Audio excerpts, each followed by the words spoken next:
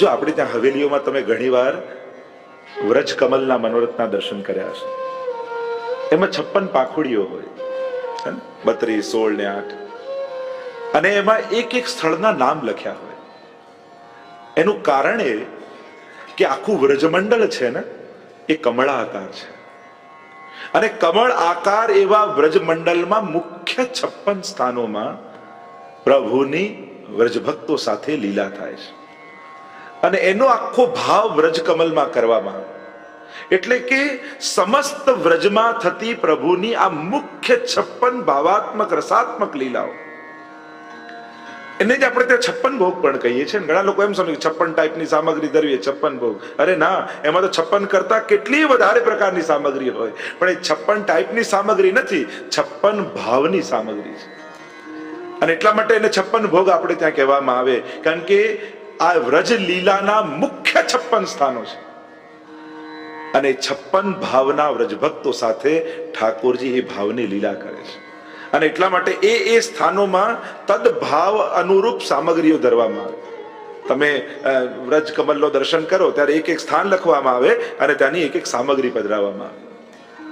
તો આ 56 ભાવ મુખ્ય છે, અને એનું વર્ણન મધુરાષ્ટકમાં છે કે આ 56 સ્થાનોમાં જે માધુર્ય યુક્ત રીતે ઠાકોરજી વ્રજભક્તો પર કૃપા કરી રહ્યા છે એનું ગાન અહીંયા મધુરાષ્ટક દ્વારા થઈ રહ્યું છે. એક મત એવો છે કે સ્વામીજી દ્વારા ગાન છે, એક મત એવું છે કે આ તો 56 પ્રકારના ગોપીજનો શ્રી સ્વામીજીની ભીતર બિરાજમાન છે. આ વ્રજભક્તોનું પ્રાગટ્ય ક્યાંથી છે? જો ઠાકોરજીના મુખારવિંદમાંથી સ્વામીજીનું પ્રાગટ્ય, સ્વામીજીના મુખારવિંદમાંથી ચંદ્રાવલીજીનું, એ રીતે સમગ્ર વ્રજલીલા પરિકરનું પ્રાગટ્ય છે. એટલે કે જેટલા વ્રજ ગોપીજનો છે એ બધા જ સ્વામીજીના શ્રીઅંગમાંથી પ્રગટ થયા છે, સ્વામીજીના દ્વારા પ્રગટ થયેલા છે. અને સ્વામીજીની ભીતર બિરાજતા આ સમસ્ત ગોપીજનો દ્વારા જે સ્થળોમાં જે કૃપાનો અનુભવ એમણે કર્યો છે એ આ મધુરાષ્ટક દ્વારા શ્રી મહાપ્રભુજી રૂપ સ્વામીજીએ ગાન કર્યું છે. અને એટલા માટે ઘણીવાર આપણે લાગે આ એક છૂટા શબ્દો ક્યાંથી છે? જેમ ગોપી ગીતમાં એમ લાગે એકને એક વાત ફરીવાર કેમ આવે છે? મહાપ્રભુજી કહે કે આ કોઈ એક જ ગોપીએ નથી ગાયું, દરેક શ્લોક ગાનારી ગોપી જુદી છે.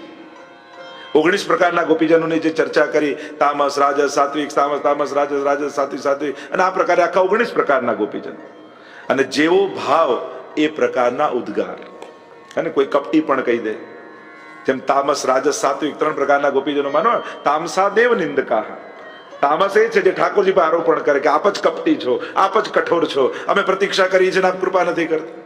સાત્વિકા આત્મનિંદકા, સાત્વિક કઈ જે પોતાનો અપનો દોષ વિચાર સકીરી, ઉનસો કછું ન કહીએ, કૃપા એક લાલન જુકી चाहिए. જે દીનતા ભાવ વાળી હોય, ના પ્રભુ અમારામાં જ કોઈ કમી હશે, આપ તો કૃપાળુ જ છો, આ સાત્વિક. અને રાજસા વિક્ષિપ્તા, રાજસ એ છે જે ઘણીવાર તામસ ભાવ વાળી થઈ જાય, ઘણીવાર સાત્વિક ભાવ વાળી થઈ જાય. તો આમ પ્રધાન આ છે ને એના અંતર્ગત ભેદો છે. તો અહીંયા આ 56 સ્થાનોમાં થતી આ અલૌકિક રસાત્મક લીલાઓનું ગાન એટલે મધુરાષ્ટક. જે 56 ભોગનો ભાવ છે, જે વ્રજકમલનો ભાવ છે, 56 પાંખુડીઓનો ભાવ છે, એ લીલાનું રસાત્મક દર્શન આ મધુરાષ્ટકમાં છે. ખૂબ હું ઢાંકીને કહીશ, કોશિશ કરીશ કે એ રસને એનો વિવેકમાં અને એ રીતે એને પ્રગટ કરીએ. મહાપ્રભુજી સ્વામીજી રૂપ છે, મહાપ્રભુજી સુધા રૂપ છે. એ તો કાલે શ્રી વલ્લભ સ્વરૂપ દર્શન કરીશું, એમાં મહાપ્રભુના સ્વરૂપનો પરિચય લઈશું.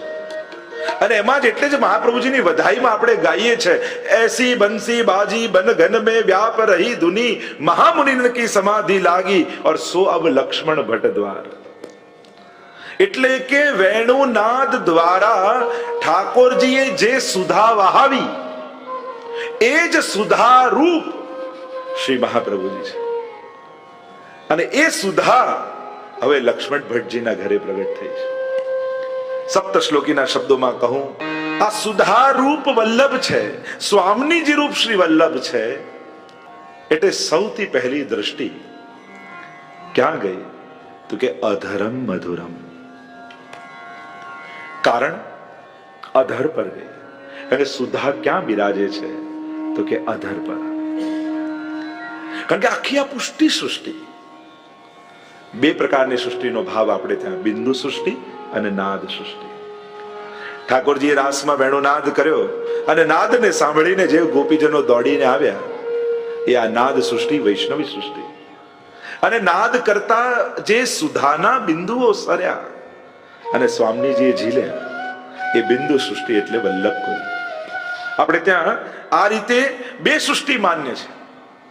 અને એટલા માટે જે સૃષ્ટિ સુધામાંથી પ્રગટી છે, જે સુધારૂપ છે, એટલા માટે પહેલી દ્રષ્ટિ અધર પર ગઈ. અધર લોભાત્મક છે. મહાપ્રભુજી કહે છે અધરમ મધુરમ. સાધારણ અર્થ તો અનેક આચાર્યોએ કર્યા. ન ધરામૃતમ ઇતિ અધરામૃતમ, જે ધરાનું નથી, જે અલૌકિક છે. આપણે ત્યાં તો અમૃત પણ કેટલા પ્રકારના કયા. ધરામૃત છે, સ્વર્ગામૃત છે, સ્વરૂપામૃત છે, મોક્ષામૃત છે, અનેક પ્રકારના અમૃતો કયા છે.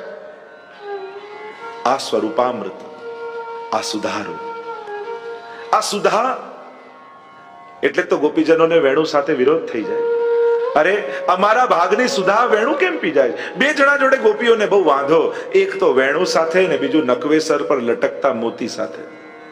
કે સદાય અધર પર લટકતો રહે એ મોતી તું છીપ કે, કોણ તપસ્યા કીન કંચન કે બીચ બેઠ કે અધરન કો રસ પીત. એવું તો કયું તે તપ કર્યું કે સોનાના ઉપર બેસી મઢીને અને પાછો અધરનો રસ પીએ છે. મોતી કહે છીપ તજા છીપી તજી અધબીચ ગયો વિધાઈ, તડપત હું લટકત હું પણ તડપ તડપ રહે જાય. એ તો મને મળતી નથી, હું લટકતો રહું છું.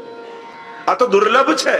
પ્રભુ ઈચ્છા ન કરે ત્યાં સુધી એ સુધાનો સંબંધ થતો નથી. વેણુને પણ જયારે કહ્યો ગોપ્ય કિમાચર દેમ કુશલમ સ્વેણુ દામોદરાધર સુદામપી ગોપિકાનામ ભુંક્તે સ્વયં યદ વસિષ્ઠ રસમ મૃદિન્યો ઋષ્યક્ત ચોશ્રુ મુચસ્તર્વો યથાર્યા.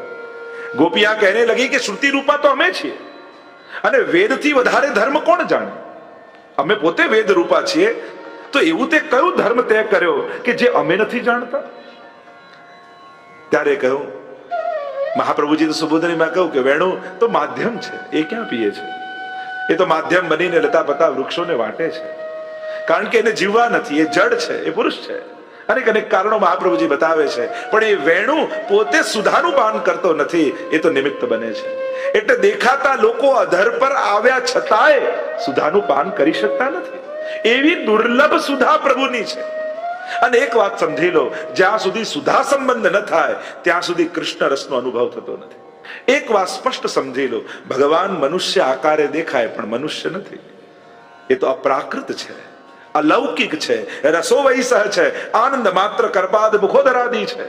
એમાં રસ અને આનંદ સિવાય બીજું કાંઈ જ નથી. એટલે પ્રભુની એક ઉંગલી હોય કે અધર હોય કે કેશ હોય, એ કોઈ પણ લૌકિક નથી, બધા જ ભગવદ રસથી બનેલા છે.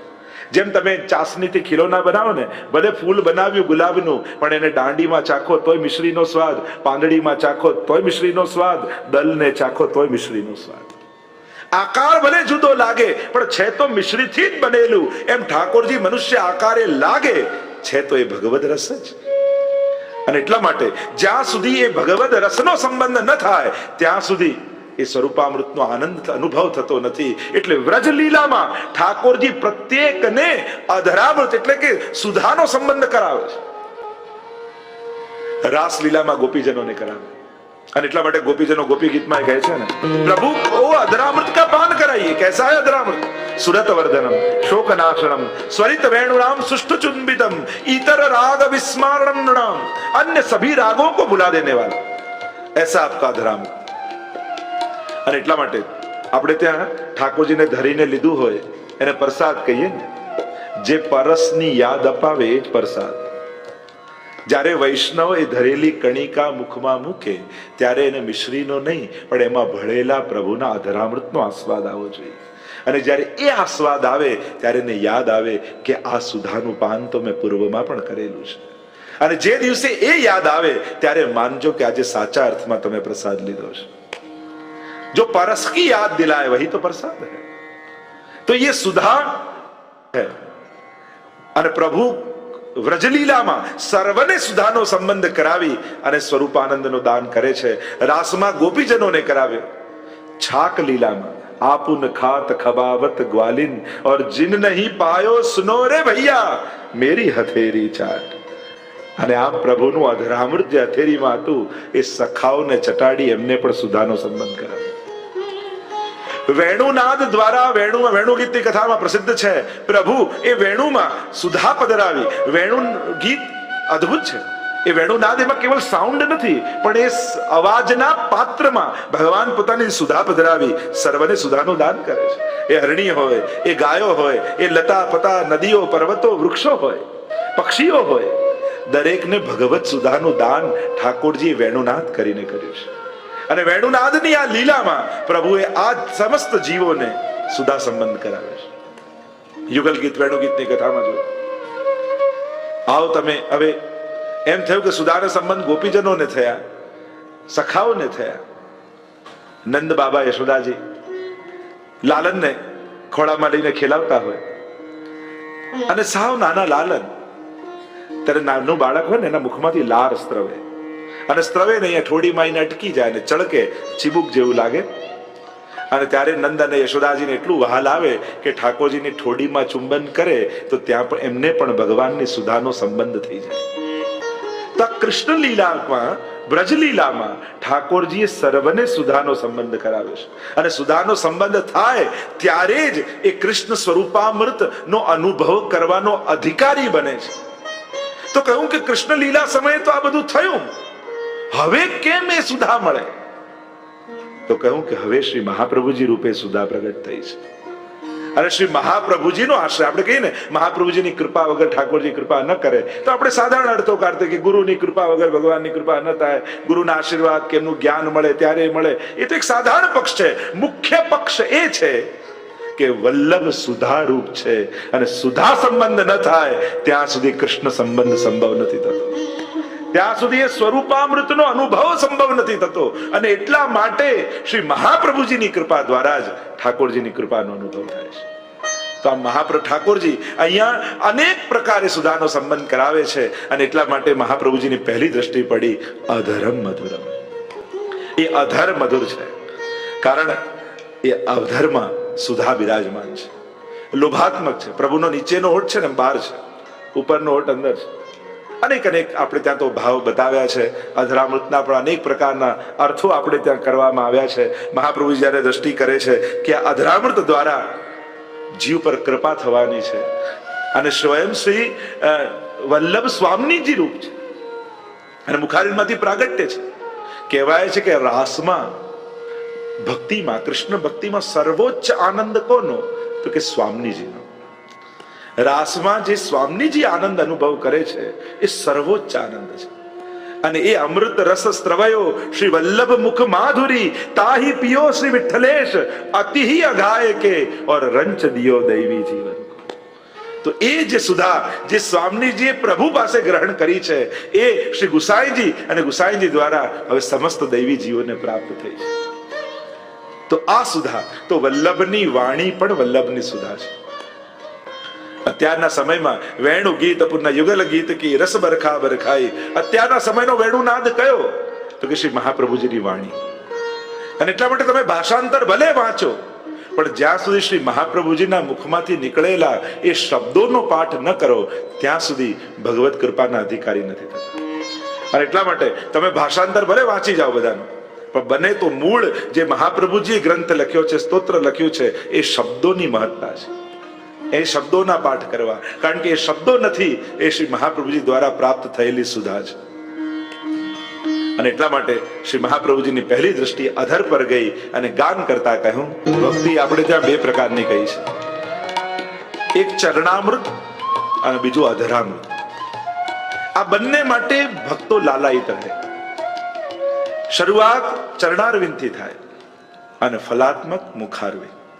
ચરણમાં પડેલા જીવની પણ દ્રષ્ટિ તો મુખારવિંદ પર જ રહે છે. પરમ ફલ એ અધરામૃત માનવામાં આવે છે. સુધાનું દાન પ્રભુ ત્યાંથી કરે છે. અહીંયા બીજું કોઈ છે જ નહીં. અહીંયા તો લીલા સૃષ્ટિ છે, અને લીલા સૃષ્ટિમાં ક્યાંય લૌકિકતા નથી. ત્યાં સર્વ, કારણ કે એ પ્રભુના આનંદ અંશનો વિસ્તાર છે. સર્વ આનંદ રૂપ છે. આનંદસ્ય હરેર લીલા. મહાપ્રભુજી કે શબ્દો મેં કહું તો આ સઘળી લીલાઓ પ્રભુની આનંદાત્મક છે. અહીંયા લૌકિકતાની ગંધ પણ નથી. અને એટલા માટે આપણે ત્યાં આચાર્યો કહે કે જ્યાં સુધી લૌકિક બુદ્ધિ છે ત્યાં સુધી આને ન ગાઓ, આને ન જુઓ, આને ન સાંભળો. કૃષ્ણદાસ મેઘન પણ ગમે ત્યાં જઈને રસ વાર્તા કહી આવતા તો લોકો એને ફરિયાદ કરી મહાપ્રભુજીને કે આ ગૂઢ વાતો ગમે ત્યાં જઈને કહે છે. ત્યારે કૃષ્ણદાસ મેઘને કહ્યું, મેં તો કહ્યું પણ એને પૂછી જો એને યાદ છે કે નહીં. પેલા વૈષ્ણવને બોલાવીને કહ્યું, કાલે શું કહેતા હતા કૃષ્ણદાસ મેઘન? પેલા વૈષ્ણવ કે કહેતા તો ખરા પણ હું તો ભૂલી ગયો, મને તો યાદ નથી. તો આ તો જેને અધિકાર હોય એને પ્રાપ્તિ થાય. જો દરેક વસ્તુ દરેક માટે નથી હોતી, દરેકનો એક અધિકાર હોય છે.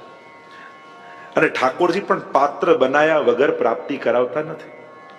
સૌથી પહેલા પાત્રતાનું દાન થાય અને પછી પ્રાપ્તિ થાય.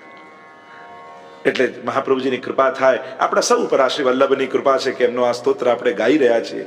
પહેલી દ્રષ્ટિ અધરામૃત પર છે, એટલે ચરણામૃતમાં જ્યારે ચરણમાં પડેલો જીવ એની દ્રષ્ટિ મુખારવિંદ પર રહે ને થાય કે અમે તો કોઈ સાધન કરી શકતા નથી, આ સુધાનું પાન અમને કેમ મળે, અમે આ દુર્લભ સુધાને અનુભવ કેમ કરી શકીએ. ત્યારે ઠાકોરજી કહે આ તો પુષ્ટિ લીલા છે ને, જીવ સાધન ન કરી શકતો હોય એ સાધન હું પોતે કરી અને ફલનું દાન આપું. ઠાકોરજી વડના પત્તા પર પડેલા કરે છે શું? ચરણને પકડી એના અંગુષ્ઠને મુખમાં પધરાવે છે. તો આ ચરણના અંગુષ્ઠને મુખમાં શા માટે પધરાવે છે? કે આ ચરણમાં પડેલા જીવો જ્યારે વિનંતી કરે કે પ્રભુ અમારો તો અધિકાર નથી મુખારવિંદ સુધી પહોંચવાનો, ત્યારે ઠાકોરજી કહે પણ હું તો પુષ્ટિ પુરુષોત્તમ છું ને, તું સાધન ન કરી શકે પણ હું તો કૃપા કરી શકું ને, લાવ તને અધરામૃતનું દાન આપું. ને પોતાનો ચરણ પકડી અને અંગુષ્ઠના મુખમાં પધરાવે અને ચરણમાં પડેલા જીવોને અધરામૃતનું દાન કરે. તો ન ધરાયામૃતમ ઇતિ અધરામૃતમ, એ તો પરમ અલૌકિક છે અધરામૃત છે. યા અધરમ, ઠાકોરજીને જોઈને ભક્તની જે અધીરતા છે ને એમને મળવાની, એ અધીરતા મધુર છે. અનેક અનેક અર્થો સંસ્કૃત વાંગ્મયમાં આચાર્યોએ કરેલા છે. તો આ અધર, અને એટલા માટે જ આપણે ત્યાં કહેવાય જો તમે બધું ભોગ ધરીને ન લઈ શકો પણ જે લો એમાં પહેલું ઠાકોરજીને ધરેલું તો લઈ શકો ને. બધું ભોગ ધરીને ન લેવાય. કદાચ એટલી વ્યવસ્થા તમારી ન હોય કે બધું સમર્પિત, મહાપ્રભુનો તો સિદ્ધાંત છે પણ તમારે એ વ્યવસ્થા ન હોય કે બધું ધરીને લઈ શકો, એવું કદાચ અનુકૂળતા નથી. તો એક કામ કરજો, પહેલું મુખમાં જે મૂકો એ નક્કી કરજો કે ઠાકોરજીને ધરેલું મૂકીશ.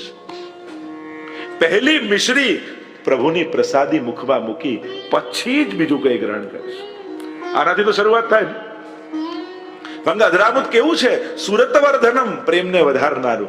જે રોજ પ્રભુને ધરીને લે છે એનામાં ભાવની વૃદ્ધિ થાય છે. શોકનાશનમ, સમસ્ત લૌકિક શોકોનો નાશ થઈ જાય. તો એવી પ્રભુ ઇતર રાગ વિસ્મરણમ નૃણામ, અન્ય સર્વ રાગોનું વિસ્મરણ કરાવી દે એવું પ્રભુનું અધરામૃત છે.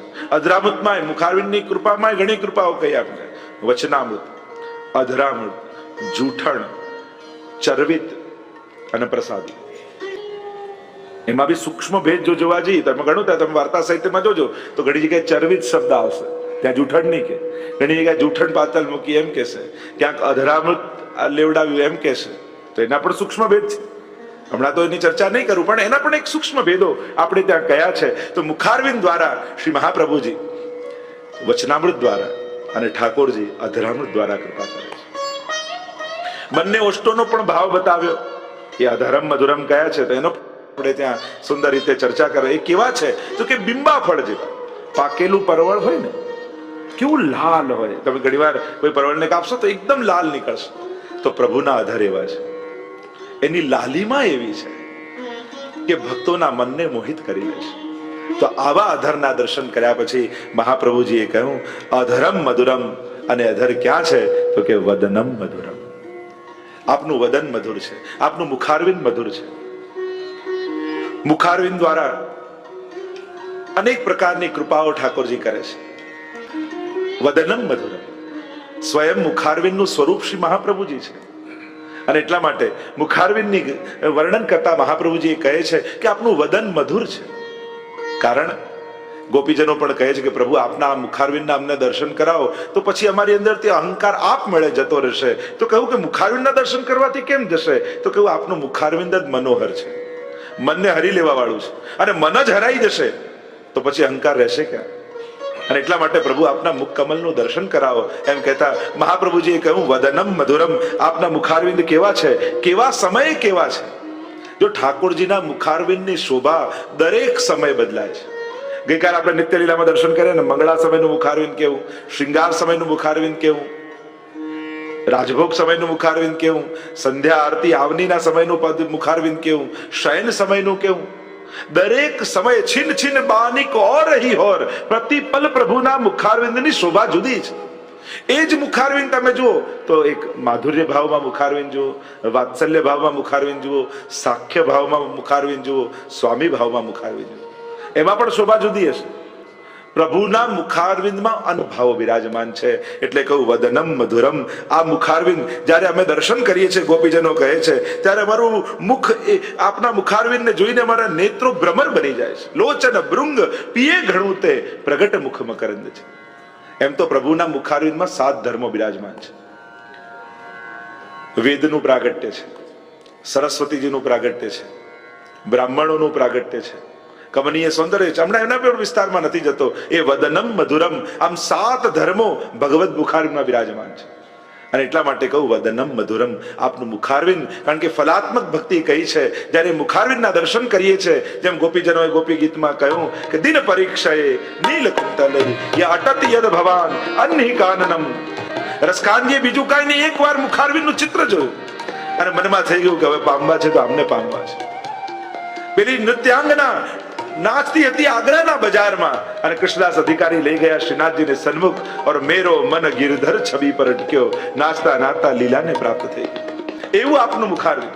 મુખારવિંદ માટે તો અનેક અનેક ગાથાઓ આપણે ત્યાં ગાવામાં આવી છે કે પ્રભુનું કમલ મુખ દેખત તૃપ્તિ ન હોય. એ આપનું મુખારવિંદ કમળ જેવું છે. મુખારવિંદમાં નેત્રો છે, નાસિકા છે, અધર છે, અનેક અનેક એના ભાવો આપણા આચાર્યો ટીકામાં બતાવ્યા કે આ મુખારવિંદ દ્વારા પ્રભુ કૃપા કઈ રીતે કરે છે. કારણ કે વિરહાત્મક ભક્તિ છે. ચરણારવિંદની ભક્તિ એ શીતલ ભક્તિ છે. જો પ્રભુ છે ને દ્વિદલાત્મક, શૃંગાર કલ્પદ્રુમમ કહ્યું ને કે શૃંગાર રસરૂપ પ્રભુ છે. અને શૃંગાર રસ દ્વિદલાત્મક છે, વિપ્રયોગાત્મક અને સંયોગાત્મક. એમ ઠાકોરજીની અંદર પણ બંને ધર્મો બિરાજમાન છે. જો ઠાકોરજીની પ્રાપ્તિ 4 રીતે થાય. 4 સ્વરૂપ પ્રભુના કયા છે? સંયોગાત્મક ધર્મ સ્વરૂપ, સંયોગાત્મક ધર્મી સ્વરૂપ, વિપ્રયોગાત્મક ધર્મ સ્વરૂપ અને વિપ્રયોગાત્મક ધર્મી સ્વરૂપ. આ 4 સ્વરૂપ પ્રભુના છે. જેમ આપણા ઘરે જે હમણાં બિરાજે છે અને આપણે જેની સેવા કરીએ છીએ અને બધી સેવા અંગીકાર કરે છે, એ સંયોગાત્મક ધર્મ સ્વરૂપ છે. કારણ કે આપણે કરીએ છીએ સેવાને અંગીકાર કરે છે, પણ કરતા કરતા ક્યારેક પ્રભુ સ્વાનુભાવ જતાવે અને આજ્ઞા કરે કે તું આમ કર, તો એ આજ્ઞા કરનારું સ્વરૂપ એ સંયોગાત્મક ધર્મી સ્વરૂપ છે. અને એકવાર અનુભવ થયો એટલે હૃદયમાં તાપ થયો કે ફરી આવો દર્શન, આવો અનુભવ ક્યારે થશે? અને એ વિપ્રયોગાત્મક ધર્મ સ્વરૂપ હૃદયમાં પ્રગટ થાય અને તાપ થાય કે એ પ્રભુ ફરી ક્યારે અનુભવ કરાવશે, ફરી ક્યારે અનુભવ કરાવશે. અને જ્યારે તાપ પોતાના ચરમ સીમા પર આવે ત્યારે વિપ્રયોગાત્મક ધર્મી સ્વરૂપે પ્રગટ થઈ જાય અને સઘળી લીલાઓનો અનુભવ વિપ્રયોગમાં જીવને થઈ જાય. એ આનંદનું દાન વિપ્રયોગમાં કરી દે. આપણે ત્યાં સર્વોત્તમ સ્તોત્રની પણ જ્યારે રચના થઈ ત્યારે એમ કહેવામાં આવે કે જ્યારે ગુસાઈજીને એ તાપ થયો અને શ્રી મહાપ્રભુજીનું વિપ્રયોગાત્મક ધર્મી સ્વરૂપ શ્રી ગુસાઈજીના હૃદયમાં પ્રગટ્યું, ત્યારે એક જ સાથે શ્રી વલ્લભના આ એક એક નામોના દર્શન શ્રી ગુસાઈજીને થવા લાગ્યા. આનંદાય નમઃ, પરમાનંદાય નમઃ, શ્રી કૃષ્ણાસ્યાય નમઃ. અને સઘળી લીલાઓનો અનુભવ એક સાથે થઈ ગયો. તો આમ 4 રૂપે પ્રભુ અનુભવ કરાવે છે. તો આ મુખારવિંદ એ વિપ્રયોગનું દાન કરે છે, આ તાપાત્મક ભક્તિનું દાન કરે છે. અને એટલા માટે જ આપણે ત્યાં 2 પ્રકારનું કહ્યું, ચરણારવિંદ થી લઈને મુખારવિંદ સુધીની ભક્તિ. દર્શન પણ જ્યારે કરીએ ત્યારે ઠાકોરના દર્શન કઈ રીતે કરાય, જેમ નખશિક અને શિખનખ આ બંને પ્રકાર જે બતાવવામાં આવ્યો છે દર્શન કરવાનો, કે દર્શન કરવાનો પણ શું વિવેક છે. લોકો તો દર્શન કરવા જાય તો સીધી આંખો બંધ, વળે ત્યારે જ ખોલે, પછી કે દર્શન કરવા ગયા હતા. અરે કર્યા જ ક્યાં? અહીંયા તો પાપણે બંધ ન થવી જોઈએ. પ્રભુના સ્વરૂપામૃતનું પાન કરતા એ આવડવું જોઈએ. એ સાક્ષાત રસાત્મક છે, પણ શું એનું પાન કરતા આપણને આવડે છે? તે મુખારવિંદના દર્શન કરી મહાપ્રભુજી કહે વદનમ મધુરમ.